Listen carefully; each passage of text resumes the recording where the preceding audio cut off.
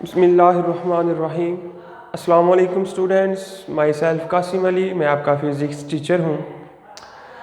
As usual students, जैसा कि आपको मालूम है कि हमने अपनी फर्स्ट ईयर फ़िज़िक्स का चैप्टर नंबर 9 फ़िज़िकल ऑप्टिक्स उसका आगाज़ किया हुआ था और उसके टॉपिक्स को स्टडी करते आ रहे थे।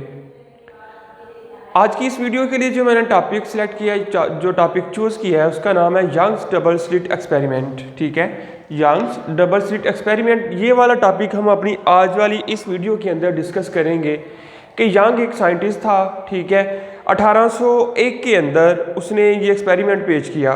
ठीक है, और क्या क्या उसने इसके मतलब बताया, वो सारा कुछ हम आज अपनी इस वाली वीडियो के अंदर डिस्कस करेंगे। तो स्टूडेंट चलते हैं, हम अपने इस टॉपिक का आगाज़ करते हैं। कहते हैं इन 1801 के 1801 के अंदर थॉमस यंग, ठीक है, उसका पूरा नाम क्या था साइंटिस्ट का, Thomas Young, perform the interference experiment to prove the wave nature of light. ठीक है, कि उसने भी जैसे यंग्स हाइजन ने हमें बताया था कि जो हम लाइट है, हमारे पास लाइट एक एनर्जी की फॉर्म है, लेकिन वो ट्रेवल एज अ वेव करती है। सेम लाइक दैट यंग ने भी हमें यही बताया कि उसने ये जो एक्सपेरिमेंट पेश किया डबल स्लिट वाला, उसने यही प्रूव किया कि ये जो लाइट है वो ट्रैवल करती है एज अ वेव। ठीक है, उसको और उसके वेव करने की जो ट्रैवल करने की जो नेचर है उसकी, वो वेव नेचर है। अब इसको मैं साथ साथ लिखता हूँ और साथ साथ डिस्कस भी करते जाएंगे। कहते हैं इन 1801 थॉमस यंग, कंप्लीट नाम क्या था, पूरा नाम साइंटिस्ट का थॉमस यंग, ठीक है, perform the interference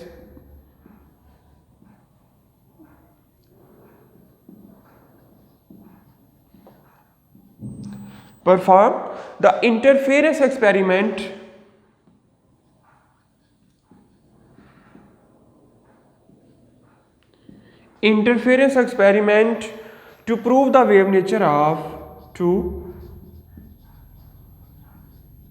wave nature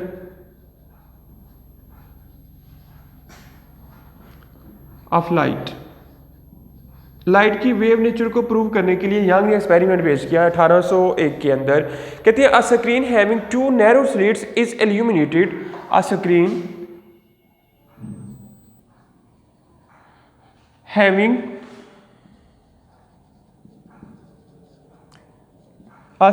having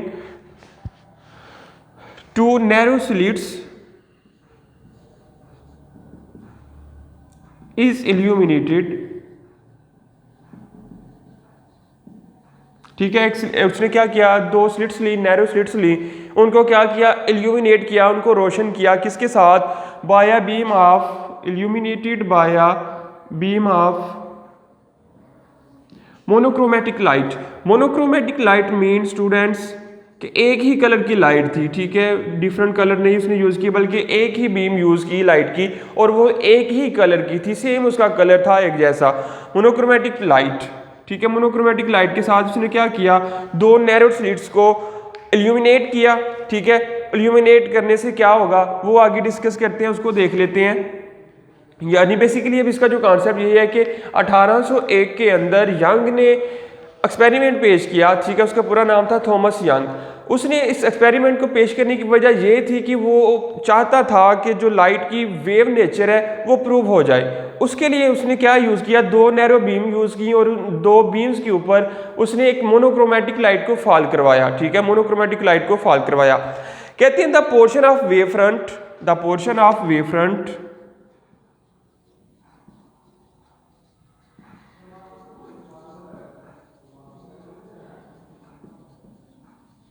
The portion of wavefront incident on the slit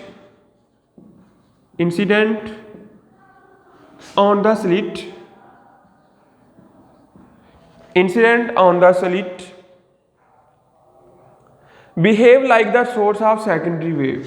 Behave like a source of secondary wave। ठीक है।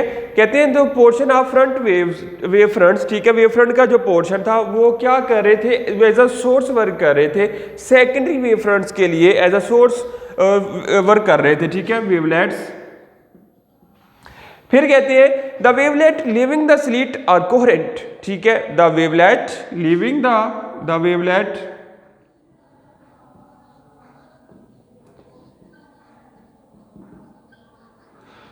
leaving the slit are coherent, ठीक है, कि वो वेवलेट्स जो स्लिट्स को लीव कर रहे थे वो कौन से थे, कोहेरेंट थे, ठीक है, एक जैसे थे, मतलब एक बीम की फॉर्म में ट्रेवल कर रहे थे।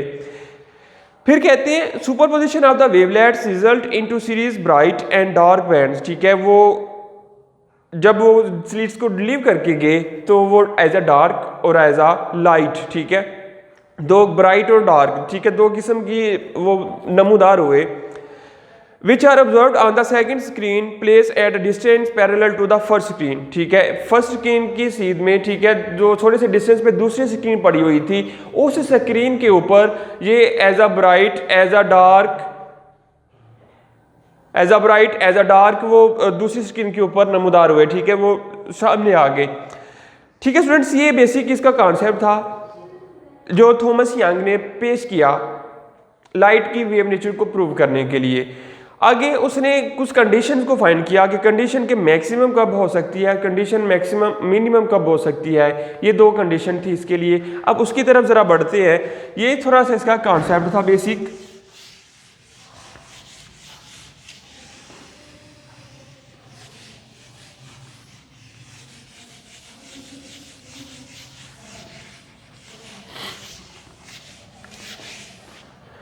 Conditions for maxima and minima.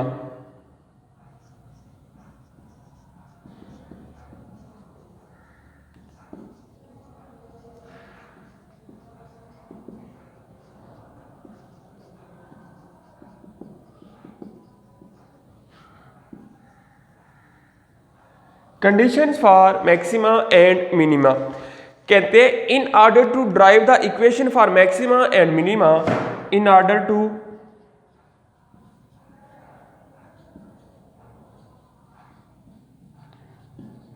derive the equation of maxima and minima, कि मैक्सिमम और मिनिमम की इक्वेशन ड्राइव करने से पहले करने के लिए क्या होगा, N arbitrary point P is taken on the screen, N arbitrary point P taken on the screen, ठीक है, एक पॉइंट P ले लिया स्क्रीन के ऊपर, फिर क्या हुआ, one side of the central point O as shown in figure, one side at the central point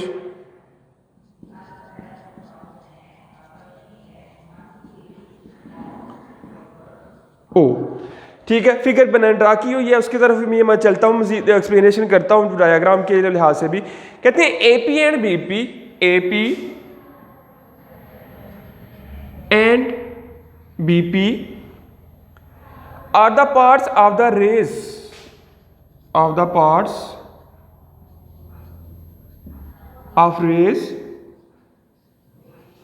reaching point P,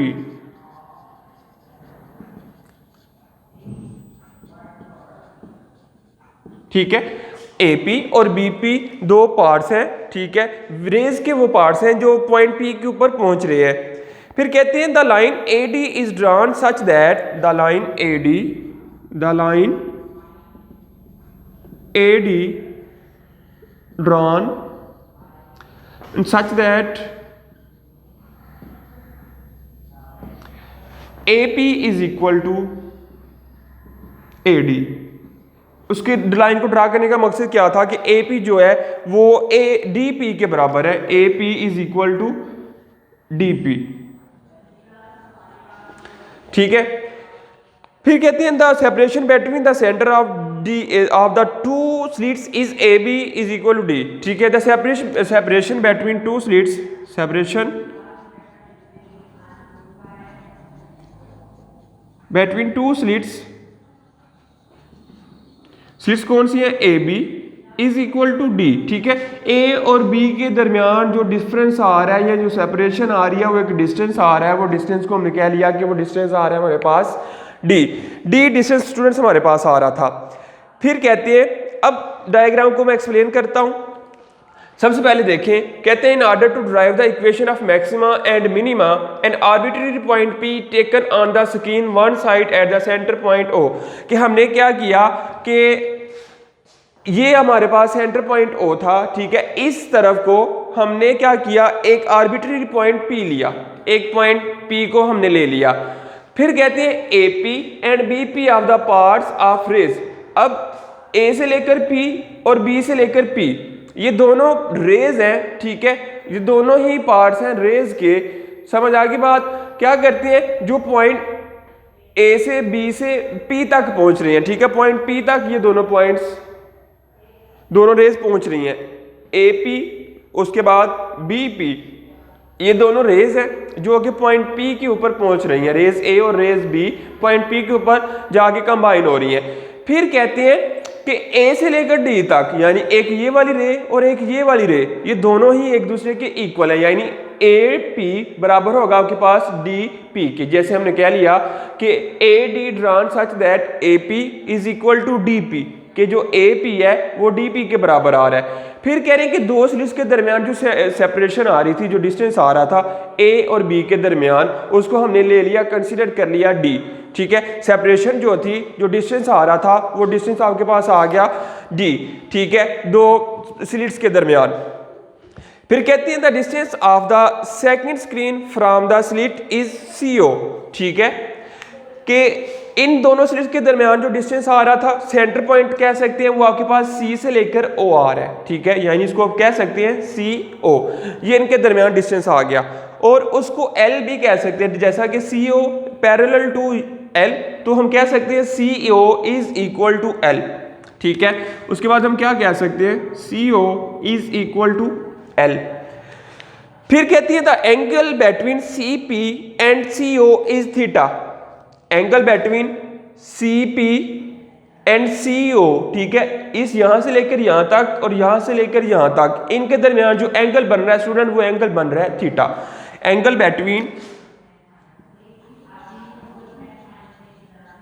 between CP and CO is equal to theta. इन दोनों के दरमियान जो एंगल बन रहा है वो आ रहा है आपके पास theta. It can be prove that angle BAD is equal to theta. BAD is equal to theta. ठीक है, इसको हम क्या कह सकते हैं, angle BAD is equal to theta. हम इस BAD को भी थीटा कंसीडर कर सकते हैं by assuming that AD is nearly normal BP। ठीक है, कि AD BP के नॉर्मल आ रहा है, इसको अज्यूम करते हैं, हम ये वाली बात कह सकते हैं। कहते हैं the path difference between the wavelets leaving slits and arriving at P is BD। ठीक है, उनके दरमियान जो पाथ डिफरेंस आ रहा है A से लेकर P तक पहुंचने के लिए, वो आ रहा है B और D। From right angle triangle ADB we can write ADB। ये आपके पास एक ट्राइंगल बन रही है, A से D, D से B। अगर इसको हम कंसिडर करें, पॉइंट आउट करूं, तो ये इस तरह आपके पास एक ट्राइंगल बन रही है। ठीक है, राइट एंगल ट्राइंगल है। राइट एंगल ट्राइंगल स्टूडेंट्स ऐसी ट्राइंगल होती है जिसका वन एंगल जो है, एक एंगल जो है वो 90 डिग्री का हो, उसको हम राइट एंगल ट्राइंगल कहते हैं। अब ABD, ठीक है, from triangle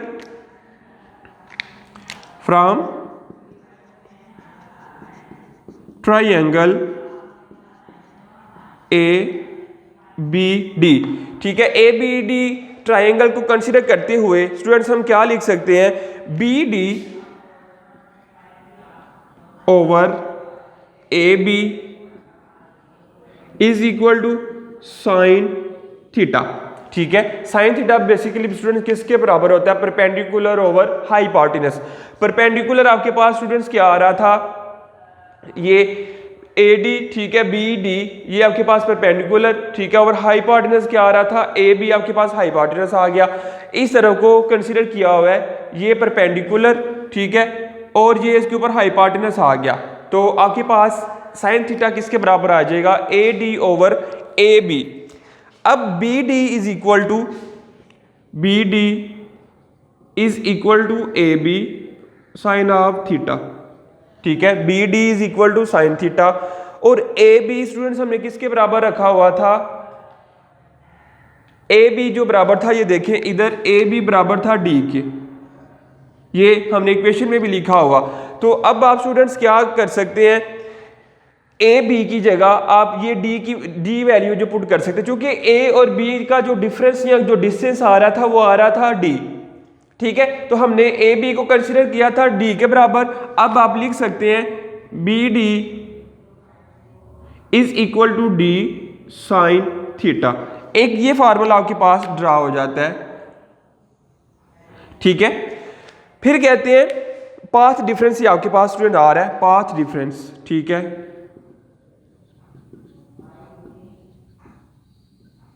path difference B D is equal to D sine theta.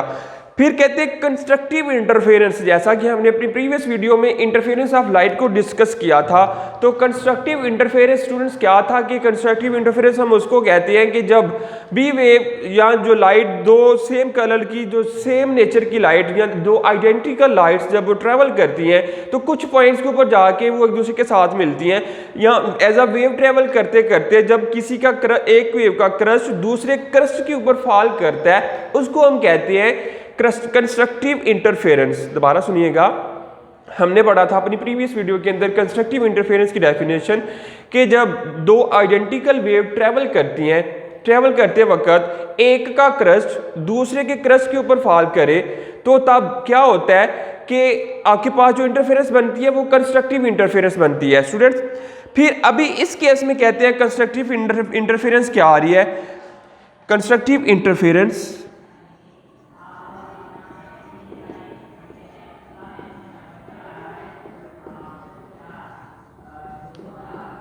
Constructive interference कहते हैं if the point P is to have bright fringe, ठीक है, जो पॉइंट P है उसके ब्राइट फ्रिंज है, the path difference BD must be integral multiple of wavelength. कहते हैं कि जो पाथ डिफरेंस BD आ रहा है वो किसके बराबर होगा, मल्टीपल इंटीग्रल ऑफ वेवलेंथ, ठीक है, जो पाथ डिफरेंस BD आ रहा है वो मल्टीपल इंटीग्रल होगा किसका, वेवलेंथ का, ठीक है। फिर हम कह सकते हैं कि if the point P is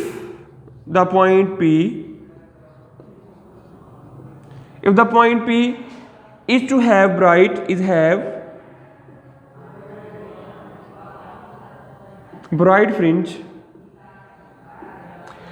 fringe, ठीक है, the path difference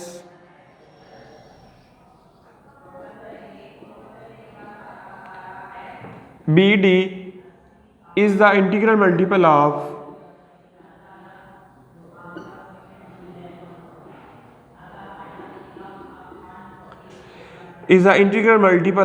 wavelength।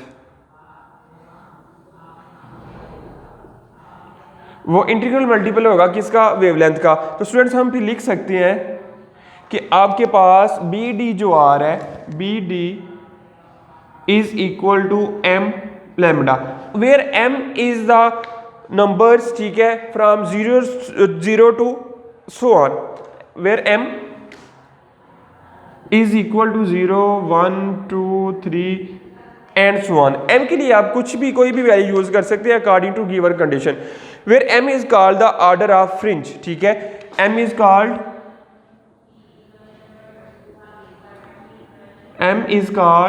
order of fringe, ठीक है, जो m है वो फ्रिंज का ऑर्डर कहलाता है, ठीक है, और उसकी वैल्यू आप कुछ भी ले सकते हैं 0 1 2 3 एंड सो ऑन। स्टूडेंट्स फिर कहते हैं at central point O the path difference BP minus AP is equal to 0। At centre point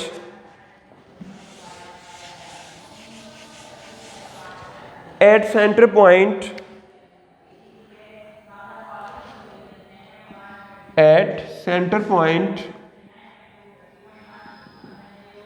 ठीक है, सेंटर पॉइंट O के ऊपर आपके पास क्या आ रहा था, centre point O, the path difference, centre point O, the path difference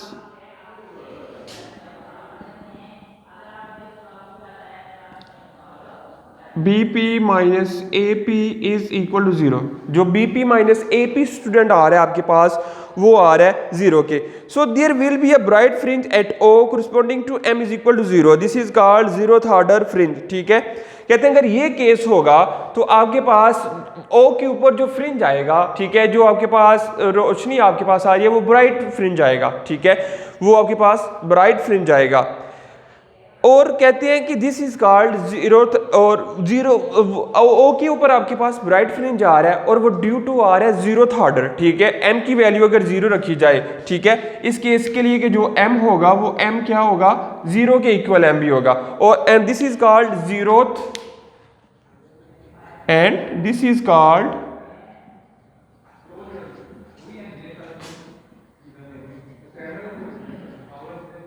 zeroth order fringe. ठीक है, और इसको हम क्या कहते हैं, जीरोथ ऑर्डर फ्रिंज कहते हैं। ठीक है स्टूडेंट्स, फिर कहते हैं, अब ये था हमारे पास कंस्ट्रक्टिव इंटरफेरेंस के क्या होता है कि if the point P is have bright fringe, the path difference BD is the integral multiple of wavelength के। जो पॉइंट P है उसका जो फ्रिंज है वो ब्राइट होगा, तो एक जो आपके पास पाथ डिफरेंस आ रहा था BD, ये वाला पाथ डिफरेंस BD आ रहा था, वो क्या बन जाएगा, इंटीग्रल मल्टीपल ऑफ वेवलेंथ, वो वेवलेंथ के बराबर आ जाएगा। BD is equal to M lambda, where M is the order of fringe and its value is from 0 to so on. इसकी वैल्यू कुछ भी आप रख सकते हैं। ठीक है, फिर कहते हैं at centre point O the path difference BP minus AP is equal to 0, के सेंटर पॉइंट O के ऊपर जो path difference BP minus AP था वो 0 के बराबर हो जाता है, और ये तब 0 के बराबर होता है जब आपके पास M की वैल्यू 0 हो। ठीक है, M की वैल्यू 0 होने की वजह से जो आपके पास फ्रिंज बनता है वो बनता है आपके पास ब्राइट। ठीक है, और इसको हम कह सकते हैं जीरोथ ऑर्डर फ्रिंज। ठीक होगा स्टूडेंट्स, ये हमारे पास है कंस्ट्रक्टिव इंटरफेरेंस। जब हम बात करते हैं डिस्ट्रक्टिव इंटरफेरेंस की, तो उसमें क्या बताया जाता है, destructive interference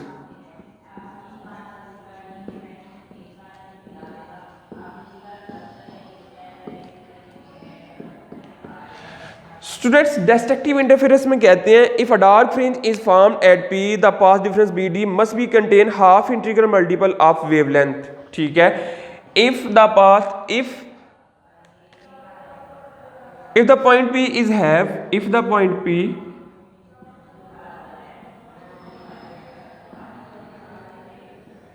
has dark fringe,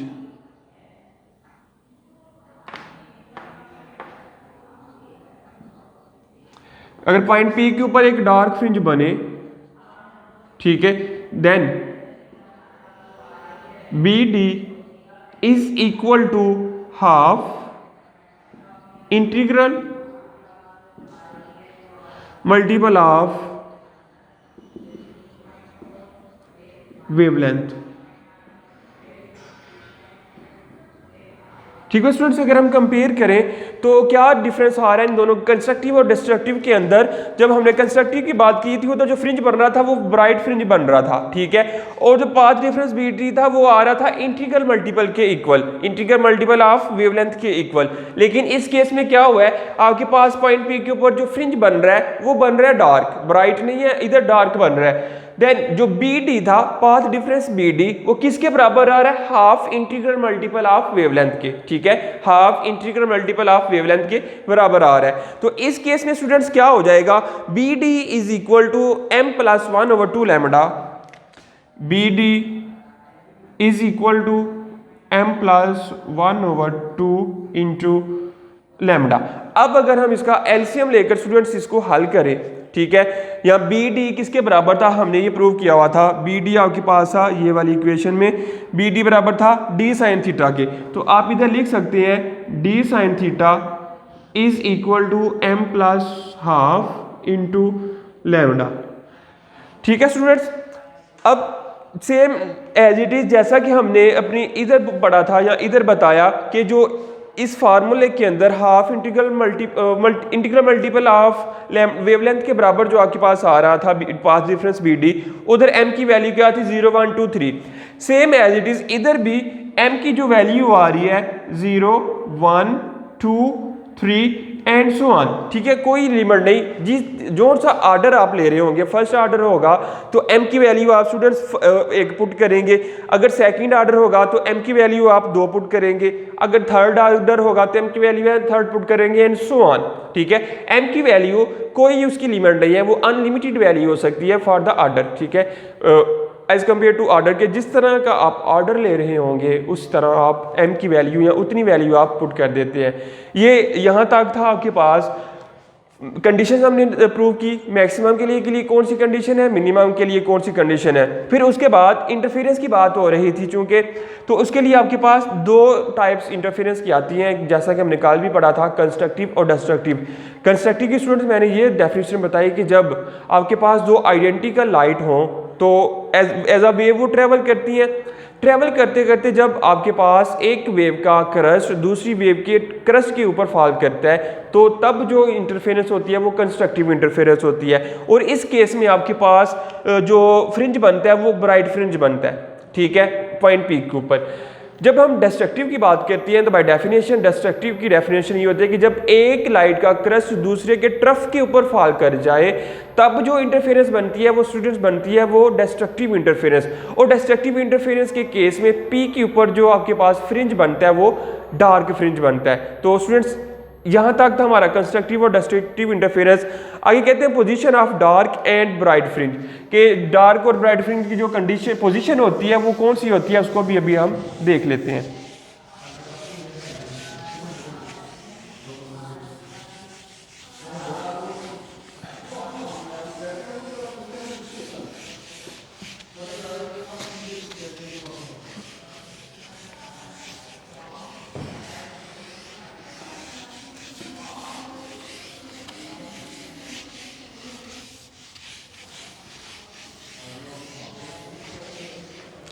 Position of dark and bright fringe.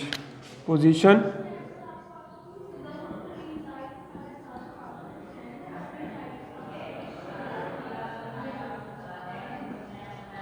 dark and bright fringe.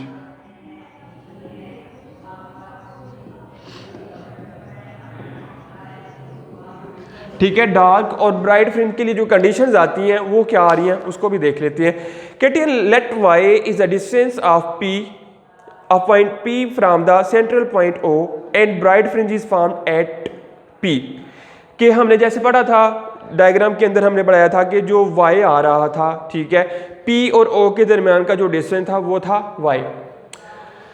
कहते हैं कि जो डिस्टेंस आ रहा है Y is the distance between from point P to central point O, ठीक है, और जो ब्राइट फ्रिंज बन रहा है वो बन रहा है पॉइंट पी के ऊपर। Now from figure we can write from triangle P O C, ठीक है, पहले हमने ट्राइंगल ले रही थी ए बी डी, अब इस केस में हम ट्राइंगल ले रहे हैं पी और सी, पी ओ सी। ये डायग्राम बुक में आप रेज कर चुका हूं, आप बुक से दोबारा कंपेयर कर लीजिएगा। ट्राइंगल अभी हम ले रहे हैं, कहते हैं अगर आपके पास अभी y is the distance between y is the distance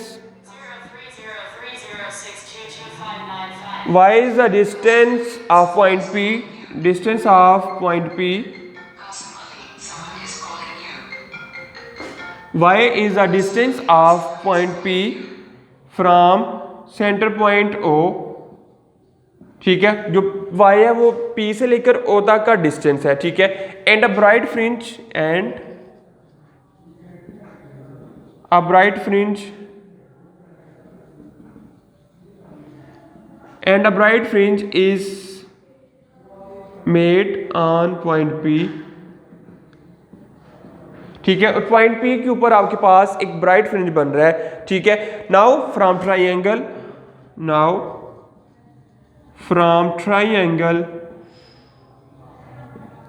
ठीक है, ट्राइंगल अब अभी हम कौन सी लेने लगे हैं, ट्राइंगल पी ओ और सी, ठीक है, पी ओ सी ट्राइंगल अभी हम लेने लगे हैं। तो इसके लिए आपके पास स्टूडेंट्स क्या आएगा, tan theta is equal to O P over O C, ठीक है, is equal to O P बराबर था वाई के और ओ सी बराबर था एल के। हमने वैल्यूज को पुट कर लिया। कहते हैं for small theta sine theta approximately equal to tan theta. For small theta tan theta approximately equal to sine theta, जो साइन थीटा और tan theta approximately equal to हो जाते हैं बराबर। फिर y, अगर इधर से हम वैल्यू कैलकुलेट करें y की, तो y आपके पास स्टूडेंट क्या आएगा, y is equal to L tan theta, L tan theta. अब आपने क्या करना है, टेन थीटा की जगह पुट कर देना साइन थीटा, चूंकि हमने कह लिया कि अगर थीटा की वैल्यू स्मॉल है तो हम कह सकते हैं कि जो साइन थीटा है वो बराबर आ रहा है टेन थीटा के। तो स्टूडेंट्स आपके पास जो वैल्यू बनेगी y is equal to L sine theta, y is equal to L sine theta. ठीक है, अब कहते हैं पोजीशन ऑफ ब्राइट फ्रिंज, ये इक्वेशन हमने ड्रा कर ली। अब पोजीशन ऑफ ब्राइट फ्रिंज की जो पोजीशन है वो क्या होगी, पोजीशन ऑफ ब्राइट फ्रिंज। ठीक है, ब्राइट फ्रिंज की पोजीशन कहते हैं फ्रॉम इक्वेशन, हमने जो लास्ट इक्वेशन ड्रा की थी, from equation B D is equal to D sine theta. ठीक है, ये हमने इक्वेशन जो मैं अभी रेज कर चुका हूं बोर्ड से, उधर ड्रा की थी, B D is equal to D sine theta. ये इक्वेशन के मुताबिक हम क्या लिख सकते हैं, साइन थीटा की अगर हम वैल्यू निकालें, ठीक है, equation two sine theta is equal to M lambda over D, sine theta is equal to M lambda. यहाँ एक थोड़ा सा स्टेप इंक्रीज कर ले, फिर हमने कहा कि जो बी डी स्टूडेंट्स आ रहा है वो आ रहा है एम लैम्डा के बराबर, तो ये D sine theta as it is. अब इधर से साइन थीटा की वैल्यू निकालें तो साइन थीटा आ जाएगा M lambda over D, D sine के साथ मल्टीप्लाई हो रहा था तो दूसरी तरफ जाकर वो स्टूडेंट्स हो जाएगा डिवाइड। अब इक्वेशन बिकम्स, ये वाली जो इक्वेशन है साइन थीटा की वो क्या बन जाएगी, इधर साइन की जगह आपने ये साइन की वैल्यू पुट करनी है। ठीक है, this equation becomes y is equal to L into M lambda over D. ठीक है, आपने वैल्यू को पुट कर दिया सिर्फ, तो m फिर से वही बात, m is equal to 0 1 2 and so on. ये ऑर्डर के ऊपर डिपेंड करता है कि आप कौन सी ऑर्डर की बात कर रहे हैं, जो से ऑर्डर की आप बात कर रहे हैं, m की वैल्यू आप उतनी रख सकते हैं। ये थी पोजीशन ऑफ ब्राइट फ्रिंज। अब position of dark fringe, position of dark fringe.